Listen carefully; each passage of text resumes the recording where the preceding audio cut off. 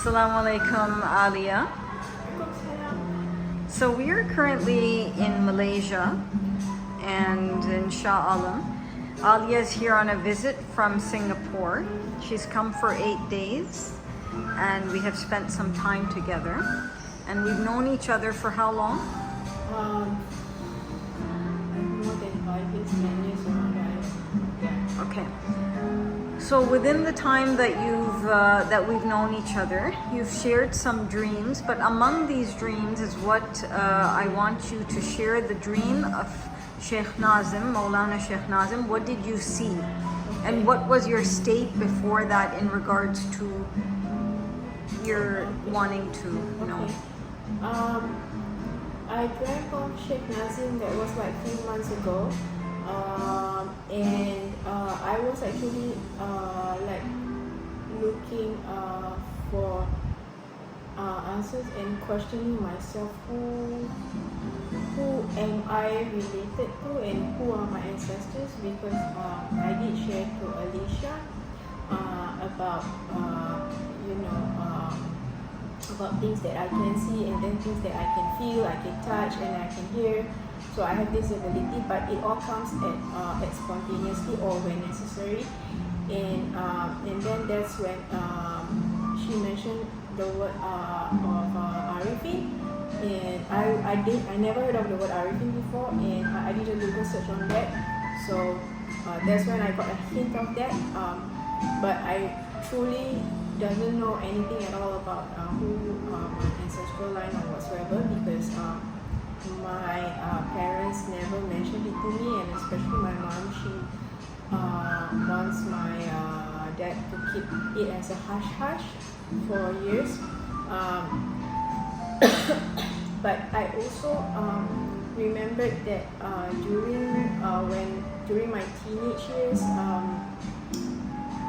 my parents allowed my brother and my sister to find the meanings of their names, but not for me, which I'm like, okay. So I just like okay, like forget it, okay, never mind. That's when Aaliya told me that, and then that's when I have like a lot of questions. And there was that months ago, I suddenly dreamt of Sheikh Nazim out of the blue, and I was actually like shocked because I know that he's from the Naqshbandi, and he passed away like in 2014 or something, if I'm not wrong. So I couldn't believe that I dreamt of him. And then not only that, but there was another sheikh sitting on his right side, and it was even more surprising because I've never dreamt of 2 sheikhs at one go, and I've never dreamt of other sheikhs before. This is the first time. So and the fact is that when I dreamt of Sheikh Nazim, he was wearing white. He was wearing white, but then there's a green like hint of like turban like that. And then beside him there was another sheikh. But when I was like looking at him, he has that strong, illuminating but 10 times more light, which I have never seen in my life. And I have seen illuminating light before in my dreams, but not this kind of strength. This strength is like it can really blind you, and something tells me that he is not just the sheikh that before Sheikh Nazim, but somehow this is before him. So, and this sheikh he's wearing white and full of light all around him. That's it. I couldn't see his face, nothing at all. So the first thing that Sheikh Nazim asked me is, do you know the meaning of your name? So I said yes. And then I said that I know that my own name Noriza means the light of the Prophet Jesus. And then and I know that the name Aaliya is something to do with going towards the sky or something like that, mobility, that kind of thing. And then he just smiled, and then after that he said that there is a link. Your name has a relation to Prophet Isa. And then and I asked him, but why is it that sometimes at random times I can hear like spirits like whispering my own name? And he said that's because when you were born, they know you by your born name. That is your given name. There is a reason why you are given that name. It is linked to your linked to Prophet Isa. And then he also mentioned that your line goes all the way back. Yeah. And then he also mentioned that keep both names. That's it. Yeah. So, and then that's it. That's when I'm still like, okay. And I'm asking myself, how am I going to keep my both names? Because it's like I have one. I have legally registered a new name, but I think what he meant is like indirectly, spiritually, maybe because I have the ability to, what do you call that? Go out of my body experience as well, and I'm able to like touch with like genes or something like that. So maybe that's what he meant, to keep that. And then with my current name as Aaliya, that is for me to work towards like the material world, but then also there's something that I need to do also on that work as well. Yeah.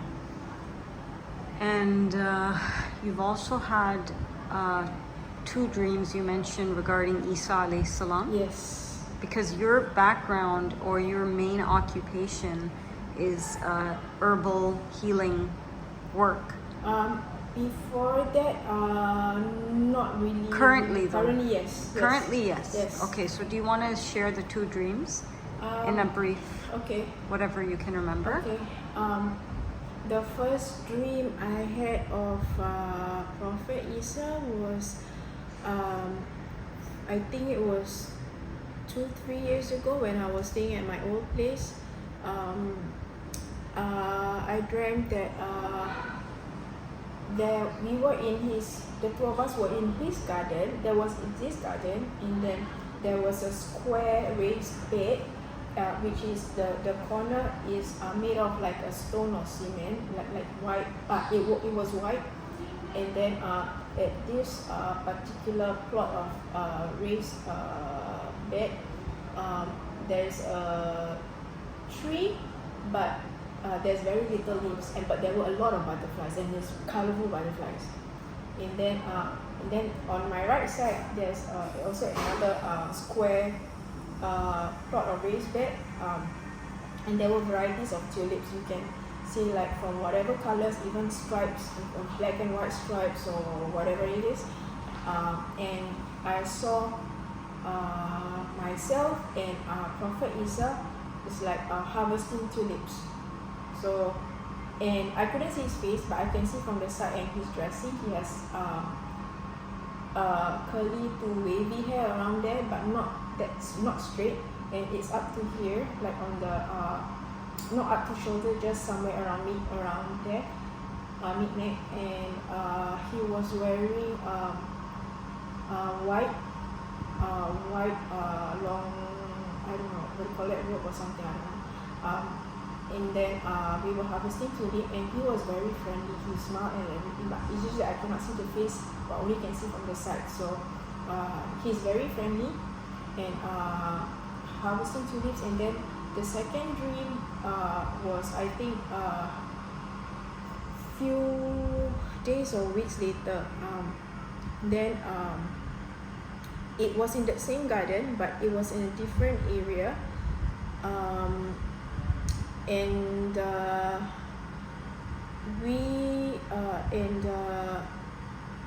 he gave me a ring. He put a ring on my left hand put on the ring finger. He slipped a ring finger, but what I could see is there's like a metal, a silver metal on the ring finger. That's it. Yeah, and then he walked off. Yeah. So you feel the presence of the ring. Yes. So after two days, if I'm not wrong, or 3 days later, then when I was praying, then I can feel the presence of the ring, and it starts to vibrating during when I was making dua also as well, and at the same time my hand became very cold.